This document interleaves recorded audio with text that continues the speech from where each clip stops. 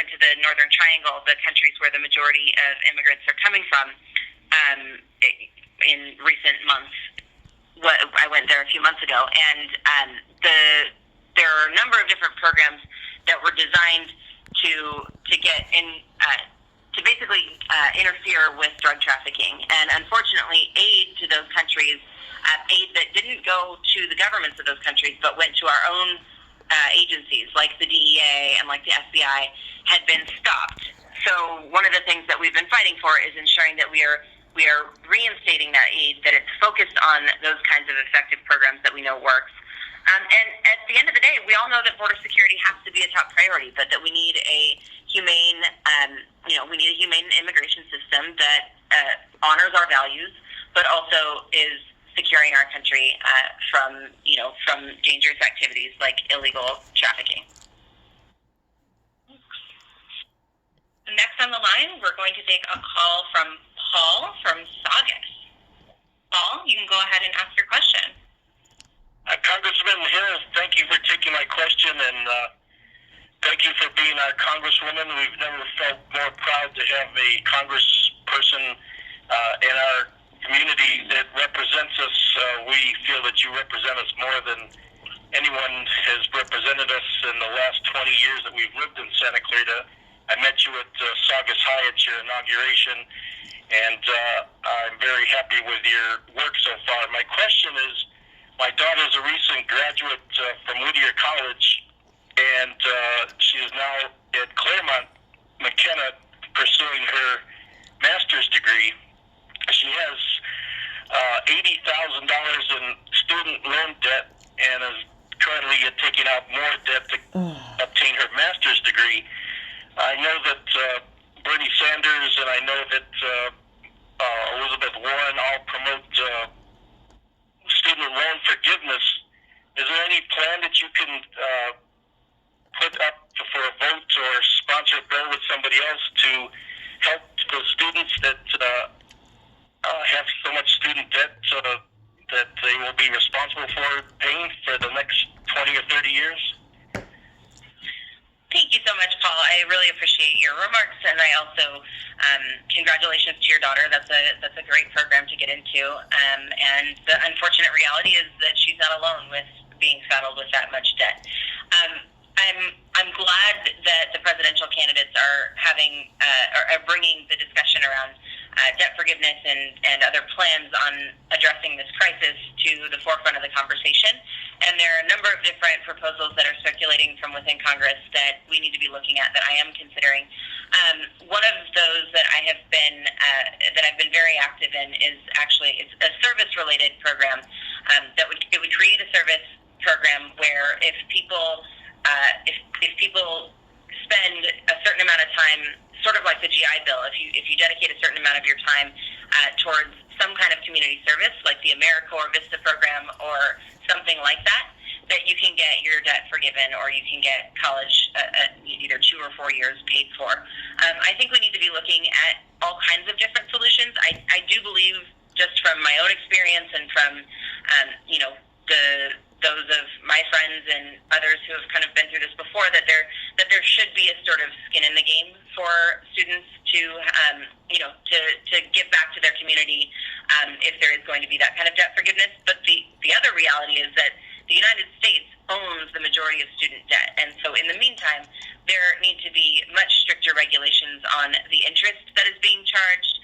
The money that should be there should not be a profit that is being made off of the backs of students or young adults who are not able to enter the housing market, or who are not able to really begin their lives because of tens of thousands of dollars in debt. So we're going to keep looking at this. I'm part of a number of different caucuses, the Congressional Future Caucus, among others, that are focused on the problems that millennials and younger generations are facing. And last week I introduced the Campus Act, which is an emergency grant fund to help low-income students, and we're going to be doing a lot more of that. So hopefully we will be able to come to solutions soon, and I look forward to working with whoever is in the next administration to come up with some solutions that can actually get signed into law. So For those of you who are joining us a little bit late, I just want to remind everyone on the line that to get your questions into the queue, you can press *3 now or at any time. And I appreciate the question about the economy. And on that note, I would like to launch another poll question for everyone who's on the line. So the poll question is simply, is the economy working for you? You can press 1 for yes, 2 for no. The question again is the economy working for you? And the question, 1. Your response has been registered. And *3 for any questions. So the next question we're going to take is from Lori from Simi Valley. Lori, you can go ahead and ask your question. Hi, Katie. Thanks for taking my call. I want to say that I oppose impeachment. I think it's going to further divide the country. And my question is, there's a lot of evidence on the other side. You said that you're friends with Mark Meadows, and I hope you look at what he and Devin Nunes have put together. I've watched every hearing because I don't trust the media. I don't trust Fox. I don't trust any of them. So I've watched the hearings and I've watched the spin.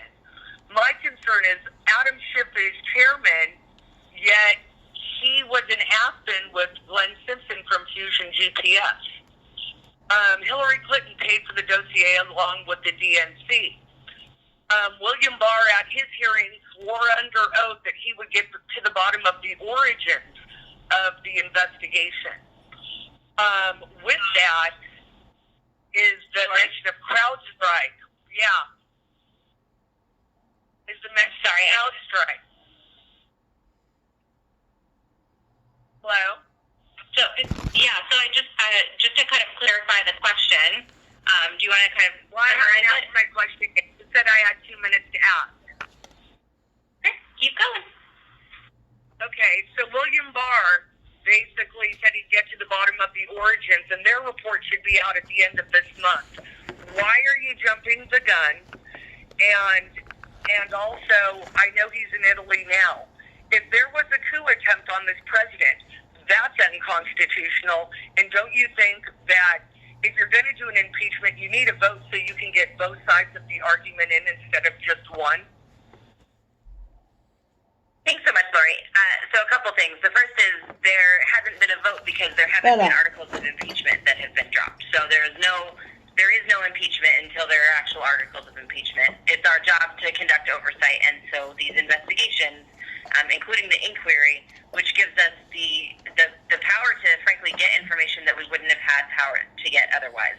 We've had the administration that has been trying to block us from getting critical information, whether it's defying subpoenas or otherwise not providing that information, that now that there's an impeachment inquiry, we have additional capabilities to ensure that that is available for us to see, but also for the American people to see. And I hope that these hearings that continue to move forward are going to provide that information to you. I also think that there's something that's important to recognize that there's no coup.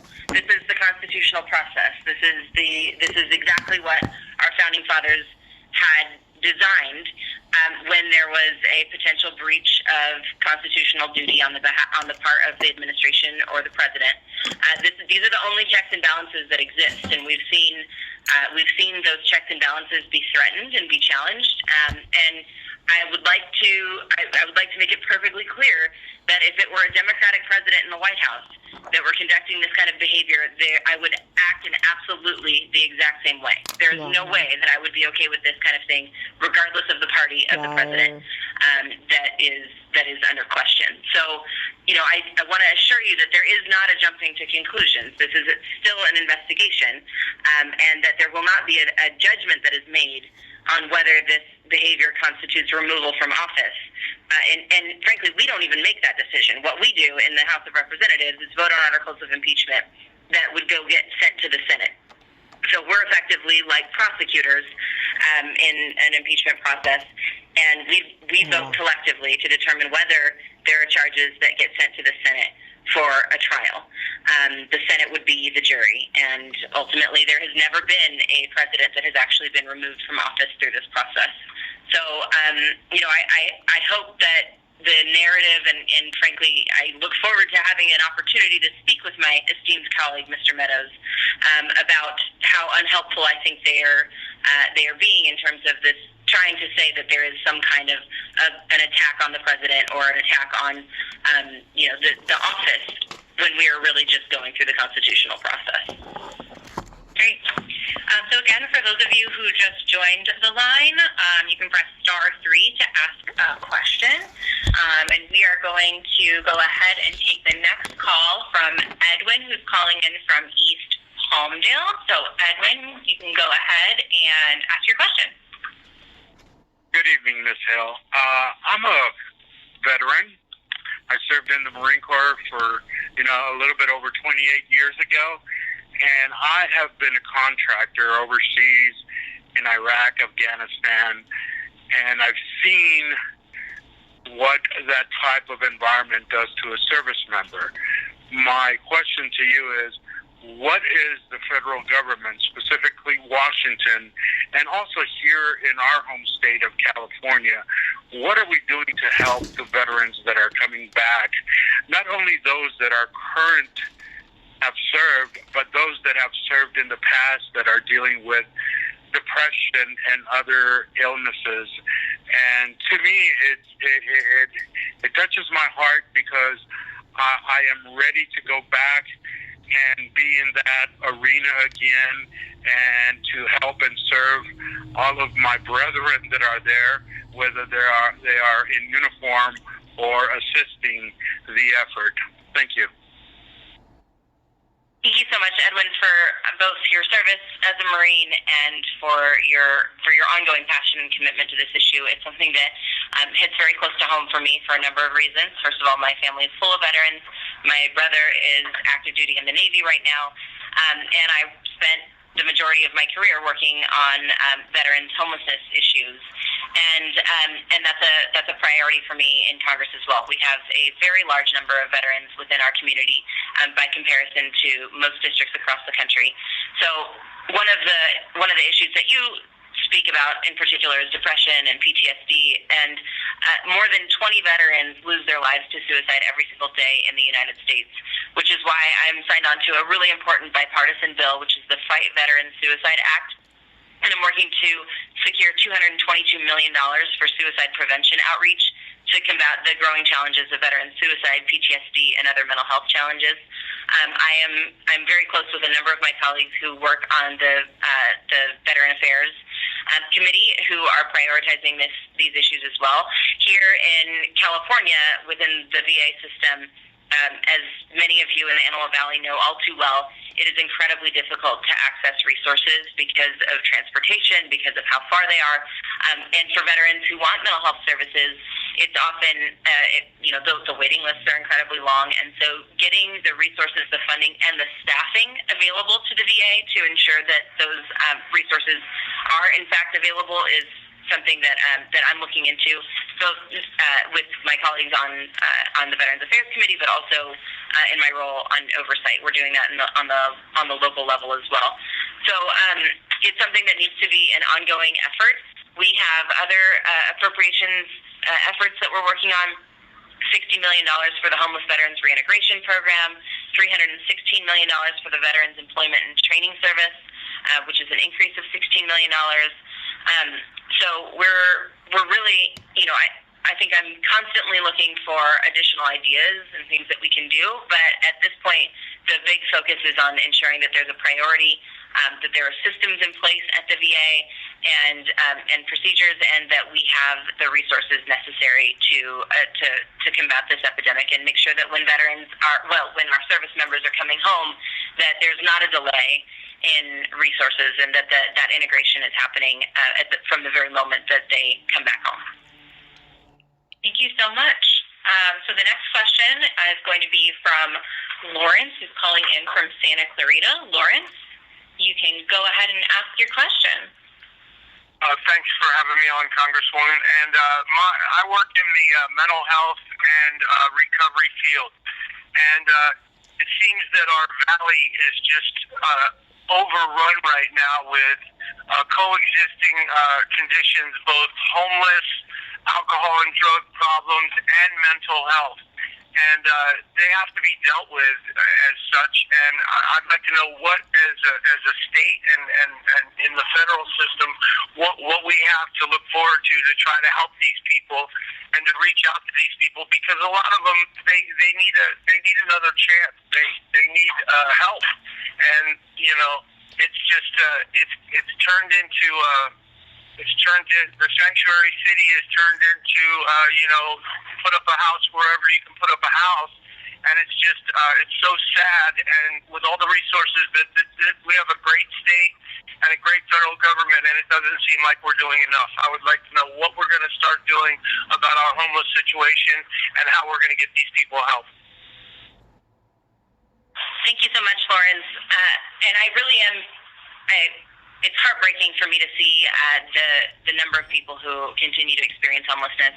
The reality is, and a lot of people don't know this because it's pretty counterintuitive, that when the economy is doing pretty well, more people become homeless. It doesn't quite make sense until you think about the fact that we have the higher that rents go and the lower number of units that are available, so the lower vacancy rates, the more people that ultimately end up getting pushed onto the streets. And there are people who are living at the margins for one reason or another. It can be because of mental health issues that they're barely making it, and then rent goes up or something happens and they fall out of homelessness and they don't have a support network.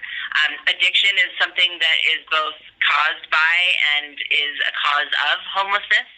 And it's a true epidemic in our country. We do not have nearly the addiction services that are needed.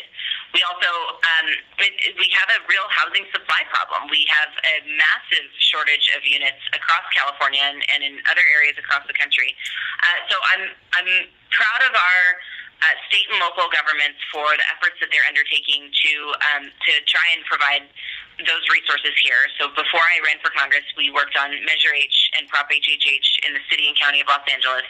Measure H has, since it's been deployed, has helped over, I think the latest number was well over 10,000 people who have moved off the streets because of it. I'd have to get the updated number, but it's kind of like using a bucket to get water out of a boat, because more people are continuing to fall into homelessness. So we need to look at prevention.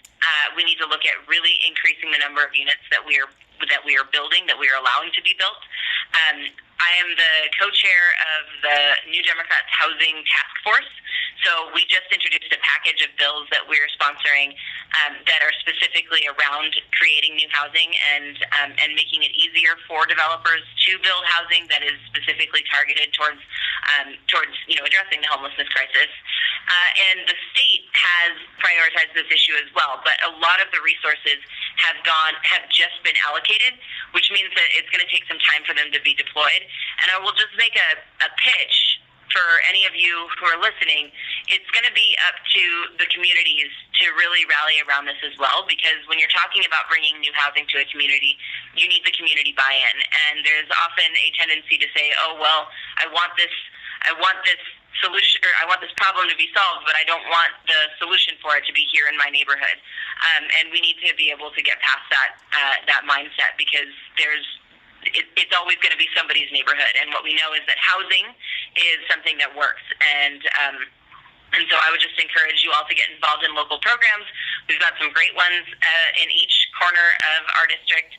Santa Clarita is doing a lot with moving to a year-round shelter with Bridge to Home, and there are some developments on creating more permanent housing here. It also takes pressure. We have to put pressure on the local governments, because a lot of this starts with the local at the local level. We can provide the state and federal resources, but the local governments have to kind of push the process through, because state and federal, it's money. It's not necessarily the capacity or the zoning or anything like that. So I'm proud to be partnering with the communities within our district. I'm going to continue to do everything that I possibly can to get the resources here and to make sure that our communities are prioritized. And we are hopeful that we can get some of these, again, many of them are bipartisan, pieces of legislation that would actually increase stock here as well. And when we're looking at the next phase of health reform, which needs to happen, then ensuring that that mental health and substance abuse are considered part of healthcare and not something disparate and detached and not integrated is going to be absolutely vital to making sure that we've got the proper resources to address those epidemics across our community. So thank you for your question. Thank you so much for bringing up healthcare as well. So we have another poll question that we're going to launch right now, specifically in reference to the Lower Drug Costs Now Act that the Congresswoman mentioned in her introduction. That is top of mind for many folks. So the poll question is, do you support the Lower Drug Costs Now Act, which tackles the sky-high cost of prescription drugs? You can press 1 for yes, 2 for no. Again, the question is, do you support the Lower Drug Costs Now Act, or H.R. 3, which tackles the sky-high cost of prescription drugs? Press 1 for yes, 2 for no, and you can press *3 to ask a question.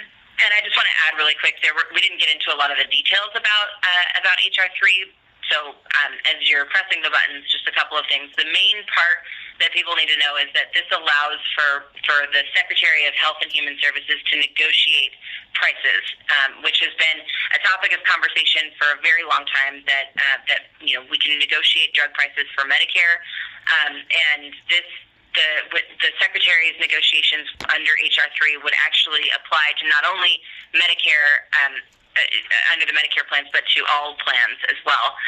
It would also put a cap for seniors on how much they would ever pay out of pocket for prescriptions. So it would max at $2,000 per year, whereas now there is not really a cap. So that's a little under, if I'm doing my math right, a little under $200 a month. A senior would not have to spend more than that on prescriptions, regardless of how much their prescriptions cost, which would be a true life changer for so many of our seniors. So there are other details that I want to make sure get out to you all, but that's the most important top lines of H.R. 3 are those. Great. So the next question that we have is going to come from Maria from Palmdale. Maria from Palmdale, you can go ahead and ask your question. Hello, Congresswoman. It's so great to talk to you again. I had a question regarding the recent impeachment inquiries. Well, in order for whistleblowers to go straight to congressional intelligence committees or the Hill, they must first give up anonymity, which puts a target on their backs for possible retaliation from their superiors. So although the Intelligence Community Whistleblower Protection Act provides avenues for people to raise complaints, it does not offer an actual legal defense. All this will only prevent future whistleblowers from coming forward. Is there anything being done to assure future whistleblowers so that they can feel safe to stand up against what's wrong? Thank you so much, Maria. I really appreciate you bringing that up, and that is one of the things that I think whistleblowers not having enough protections is one of the reasons that we don't know enough about corruption just in general in any agency within government. And so it was my literal first piece of legislation was around whistleblower protections, because I think that for us to be able to clean up government and ensure accountability, we need to have those whistleblower protections. So we incorporated that legislation into the Defense Authorization Act that passed the House and is in the process of getting reconciled with the Senate version, and we're fighting very hard to keep those protections in place. So we did one with the one that we mentioned with Mark Meadows, but we did another amendment within the NDAA, the Defense Authorization Act, and the committee is working substantially to protect whistleblowers as well. So as we continue to move forward with these investigations, this is going to be the top priority, is ensuring that people who come forward have every bit of protection that we can possibly provide. And the legislation around protecting whistleblowers has not been really kind of overhauled in a long time. And this is, I think, an opportunity for us to come out of this process with more in place to ensure that the next time something like this happens, we're in a better place than we are currently. The next question is coming from Tracy from Simi Valley. Tracy, you can go ahead and ask your question. Hi, Katie. Thank you so much. I think you're wonderful. I'm so great to have a Democrat that is in my county because it's really red here. One of my things is it's really super troublesome that I just heard on the phone that people can't hear the truth about what's going on, that they don't know who they should believe, but I'm glad that you informed them that this is an impeachment inquiry, that you really just can't go and impeach the president, but I don't know how many lies we have to hear, but at least you do hear them. My major concern is about opiates. And right now, as I speak, a family member of mine just went into recovery, and it's really, really bad. And when I saw President Trump up there, with the big black book that he signed, saying, "Oh, I'm going to give money and I'm going to fix everybody's problems," but I've never heard one word that comes out of that. So I'm not encouraged by that. And that also goes into the problem of prescription drugs, because I just found out that there is a shot that you can get for alcohol and opiates that makes you very sick if you take any of those. And I never knew opiates had it, but it's $1,500 a month. So it's kind of like if you have good insurance and have money, you can get help. But if you don't get help. So I'm just wondering what is something we can do for this? What do we do? Thank you so much, Tracy. I definitely appreciate your comments. So a few things that we're working on at the federal level. So first of all, I completely understand what you're going through. I'm so sorry. Addiction is one of the toughest things for any family, and it is so hard on the family members and the caretakers. And it's a long journey, and I wish you all the best. And if there's anything that we can do, please let us know. One of the things that my office has taken on our own, which is not necessarily legislative, because we're looking for any kind of action that can happen that is that doesn't require the legislative process, because we know that so much is getting caught up in the Senate. We are actually working with the accreditation agency for medical schools, and what we're doing is asking them to require training on how for physicians, med students, to provide medication-assisted treatment for opioid addiction. And currently, that is not a requirement for training programs. And we've actually gotten some feedback from the academy or the accreditation entities themselves, saying that they are looking to incorporate our suggestions, and that there's a summit happening later this year about how that can happen in programs across the country. So there is a real shortage of providers who are even trained and capable to provide the kind of medications that you talked about with the shot that can cause people to have negative effects to using different kinds of substances. So that's one thing. The other thing is that there is really broad, sweeping legislation that has been proposed and introduced by the chairman of the Oversight Committee, Chairman Cummings, that would overhaul it's called the CARE Act, and it would provide literally millions and millions of dollars to address the opioid crisis as the epidemic it is. Currently, more people are dying from opioid deaths than died in the Vietnam War, than die in car crashes, than died in the AIDS epidemic. And so it's not being treated as a public health crisis, in large part because of the stigma that was surrounding it, because of the kind of smear campaign, frankly, that the pharmaceutical companies ran, saying that it was patients' fault for getting addicted rather than their own fault. So we're looking at how we can fund those kinds of investments for the CARE Act, because frankly, I think that it should be the pharmaceutical companies that are responsible for this mess in the first place that need to be held accountable to help pay for that. So we're looking at a lot of different options around that. It needs to be an effort that is integrated at the federal, state, and local levels. And again, it goes back to healthcare reform and making sure that we invest in those programs not as just an afterthought, but as a fundamental core component of healthcare itself. Right.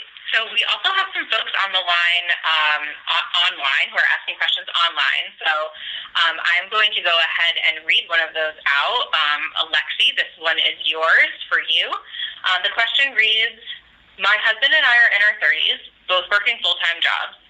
We rent in Green Valley and feel like we will never be able to afford a home of our own in the area. How can you help to make affordable home ownership a reality for young couples like us in Santa Clarita? Great. Thank you so much, Alexi. You are in a situation that so many of my friends are in, and that unfortunately is the reality for countless millennials.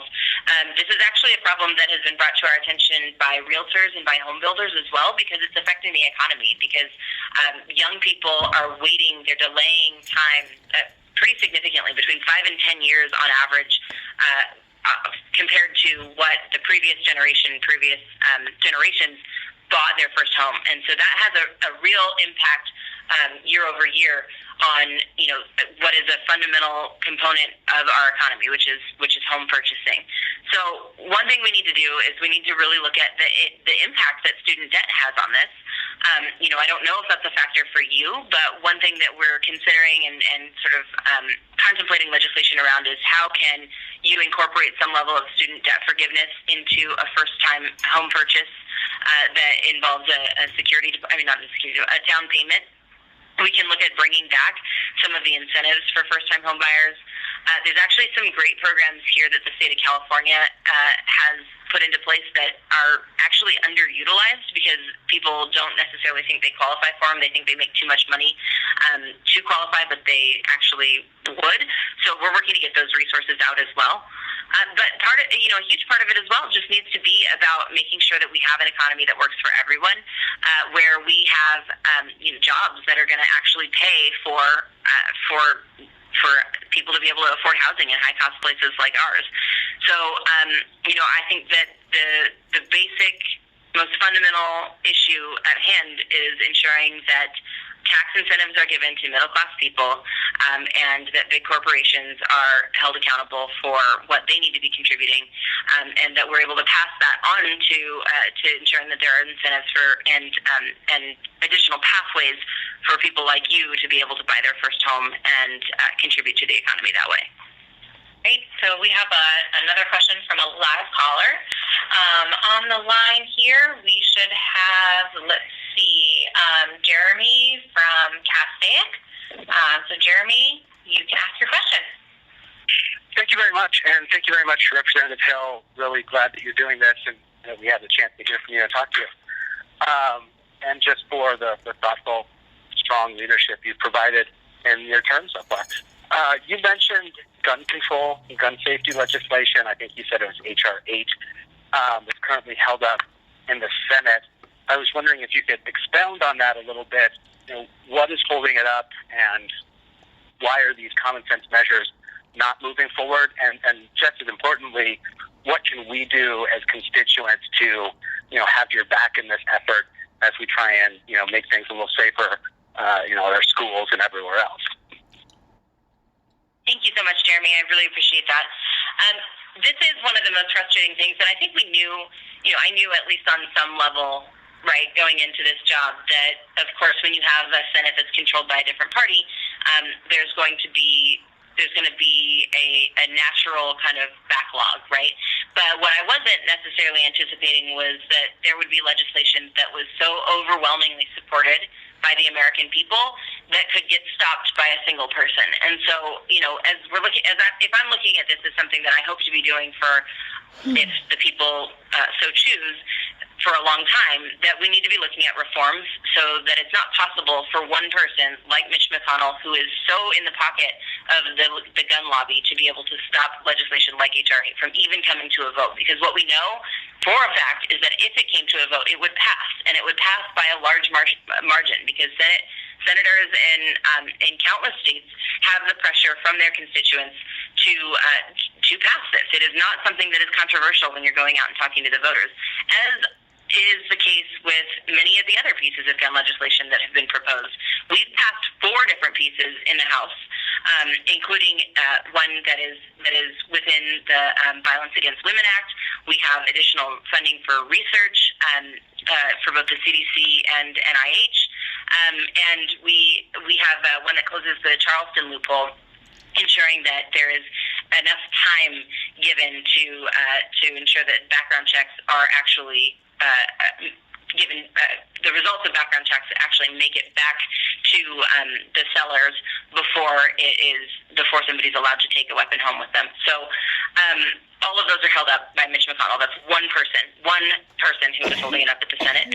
So what I would say, what needs to happen is that the pressure, the public pressure, has to be put on him. It has to be put onto the president. And if that's not working, what we are seeing have some effect is public pressure being put on corporations to change their policies. And I think that that's the recourse that we have now. But we're seeing groups organize around this issue because it is one that is affecting everyone in terms of their sense of safety and security and concern for their kids, concern for going in public spaces. And I think that this is going to be a true electoral issue that mobilizes people in next year. And if it's something that you're passionate about, there are a number of different groups that you can get involved with, and I hope you will. On that note, we actually have one final polling question. So the question is, on a scale of 1 to 5, 1 being not enough and 5 being too much, do you feel Congress is doing enough to address the gun violence epidemic? So again, the question is, on a scale of 1 to 5, 1 being not enough, we should be doing more, 5 being too much, pump the brakes, do you feel Congress is doing enough to address the gun violence epidemic? So you can go ahead and enter that in on your keypad. So is 3 perfect? 3 is, yeah, happy medium. And all the... Your response has been registered. So we are going to take, this will be actually our last call, our last question. I believe that we will also have the opportunity to answer some more of these questions offline, but our time this evening is limited. So with that said, we are going to take a call from Frank. Frank, are you still on the line? Yeah, this is Frank. I hope this is the right Frank. I don't have your location. Do you want to share what town you're from? I'm from Palmdale. And glad to talk to you. It's first time talking to you, but I voted for you because I heard you're from from Santa Clarita. I work in Santa Clarita. But anyway, I only got 2 minutes. But the question is that I'm really concerned because I noticed that there's Democrats and Republicans listening to this. And I'm glad that we all are because my question is how do we heal this country besides the presidency? We're better than the presidency. We are the people of the United States. And without us becoming one and making things better in our representatives and better in ourselves, I see us on a projection that will continue that we won't improve things and possibly hurt things even more. And I'm looking to my Republican friends out there and family members, and I want you to know we all care. We're all one people, and this is bigger than one person or parties. This is about us. And I was wondering, how can you help us, Katie, get us back on the path of healing this country? Thank you. I'm really glad you're thinking about that, Frank. And I have to tell you that people often ask what keeps you up at night. And, there are pressing threats that, of course, do. But one of the things that I can't stop thinking about is that we have to come to a place of normalcy and unity and a simple belief in our country again and in each other. And I think that what is often lost in this sort of constant conflict narrative that has made politics into team sports with a horrific rivalry is that this is exactly what our enemies want. That what our adversaries try to do more than anything else is that they know we have the strongest military in the world by far. They use subversive tactics to try to divide us because the more divided we are, the weaker we are. And that's when we talk about election interference. That's one of the most basic things that has been done in 2016. That's exactly the kind of effort that was taken, was to divide us, to create false narratives, to spread misinformation, and to create enemies amongst ourselves. And to me, each and every one of us needs to be aware of that and has to make a conscious effort. And I know that it's hard because there are such core disagreements. I was just talking to my mom about this the other night, that this is the first time in her memory where if you are on the other side of an issue, you fundamentally are kind of tending to believe that the other person is not a good person. And I think that that's a real problem, and we need to be able to each take a step back and say, no, that's not what this is. Where is the other person coming from, and how can we try to move out of frankly, what our enemies and our adversaries across the globe are trying to create here? I'm hopeful that although we're dealing with this impeachment process, that we can come out of the next year more unified than before. And I think that it's on each and every one of us to demand that from our leaders, that if you are part of the toxic rhetoric, rather than something that is about patriotism and is about bringing our country together and about addressing the problems that we're facing from a holistic perspective that is about basic human and American values, then you don't deserve to be representing our community. And frankly, that's something that I'm going to be taking into my campaign next year, and that I intend to take to